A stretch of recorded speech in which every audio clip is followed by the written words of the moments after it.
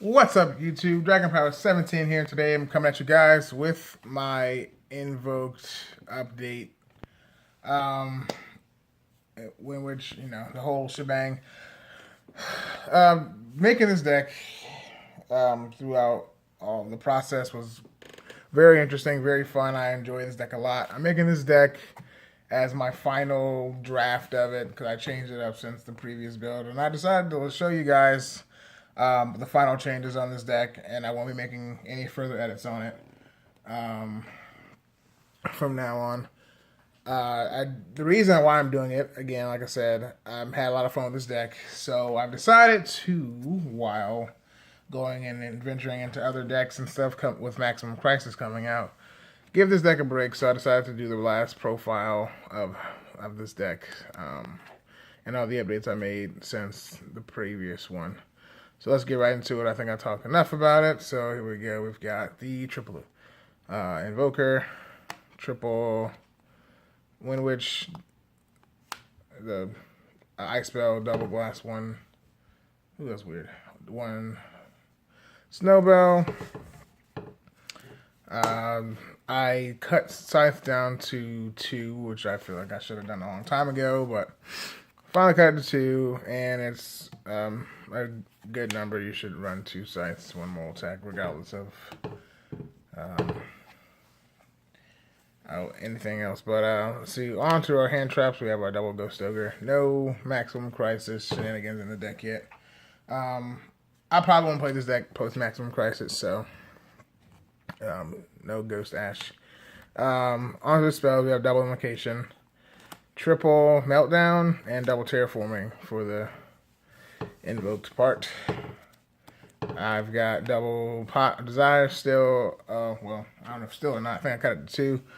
I think from the last profile I had 3, but I cut this deck down to 42 cards, which I was really happy about. So this was one of the cuts. That the 2, Scythe 2, double Twin Twister, 1 Instant Fusion, because I realized that Instant Fusion, while it's really good in a lot of decks, and getting this deck as well, it's just not your main focal point, so you don't need to draw into it.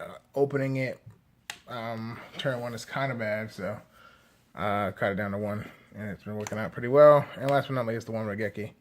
The traps is the biggest change.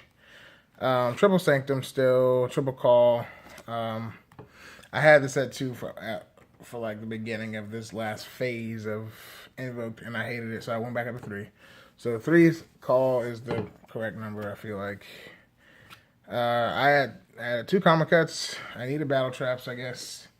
It's either between this or Quaking. I chose this because it's chainable.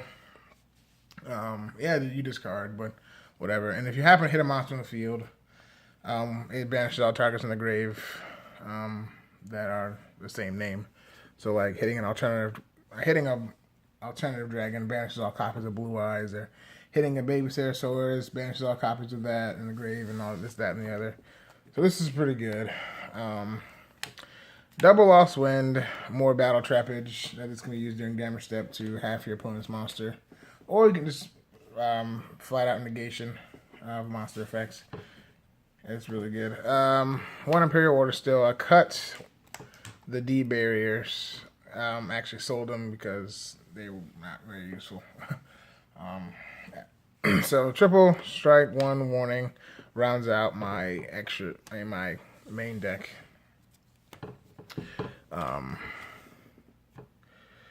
See here, the extra deck didn't change, but I do want to give a shout out to a card in it. It's kind of weird, but yeah, I'm gonna do it anyway.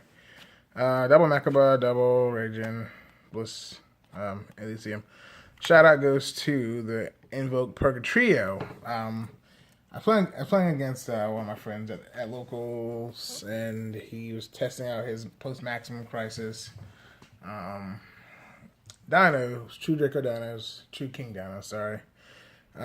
And this guy came in the most clutch I've ever seen in my life. Well, as you all know, Miscellaneous Source and Ghost Ash, or Ash Blossom, however you want to call it, are all fire. So banishing them to summon your Purgatrio, he gains 200 for every monster your opponent controls and literally wipes them all out.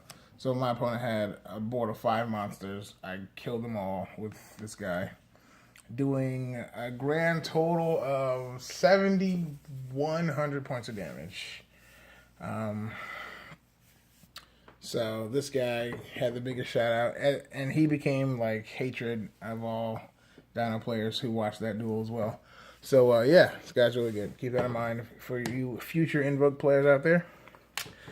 Last but not least, we have the double one Cassius, one Magellanica, and Norden for our fusions. Synchros, Crystal Wing, Cypher and Little Omega, Stardust, Winter Bell, and Clear Wing, and Castell to round out our extra deck. Like I said, I think that stayed the same. On to the side deck, which is also altered a little bit. We got double DD Crow, oldie but a goodie, really good hand trap. Double Lava Golem. I don't want Kaijus because a lot of times the opponent would have a shit ton of monsters, and Kaijuing one of them doesn't feel right. So I feel like Lava Golem, I'm going to go for the cheaper route and not go for the sphere mode. Go for the Lava Golem, tribute over 2 of their monsters. Yeah, it eats my normal summon for the turn, but I've got plenty of back row and other ways to mitigate the side effect of using Lava Golem.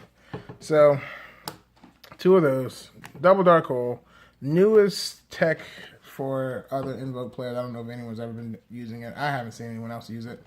Enemy controller. So this works really well. It's a quick play spell, as everyone knows, like a Book of Moon of sorts.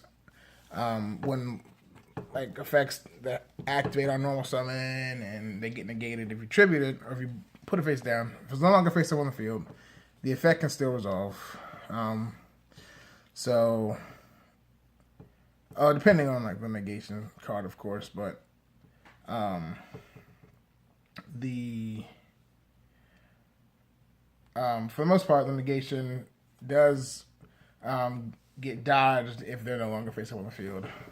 So this card really helps that a lot. And another cool thing is if you tribute Alistair to take their monster, you can fuse with their monster as well. So this is like one of the coolest techs that I ever thought of in my life. Like I said, again, I don't know if I thought of it myself. Well, I definitely thought of it myself, but I don't know if anyone else has done it or not. I haven't seen anyone else do it. But rest of the side deck is triple Lancia, double Pot of Acquisitiveness for the Dino matchup, which is really annoying because I left the guys up as a pain in the ass, and different dimension grounds. All in all, really good card. So that's the deck, guys. It's been a pleasure playing this deck for sure.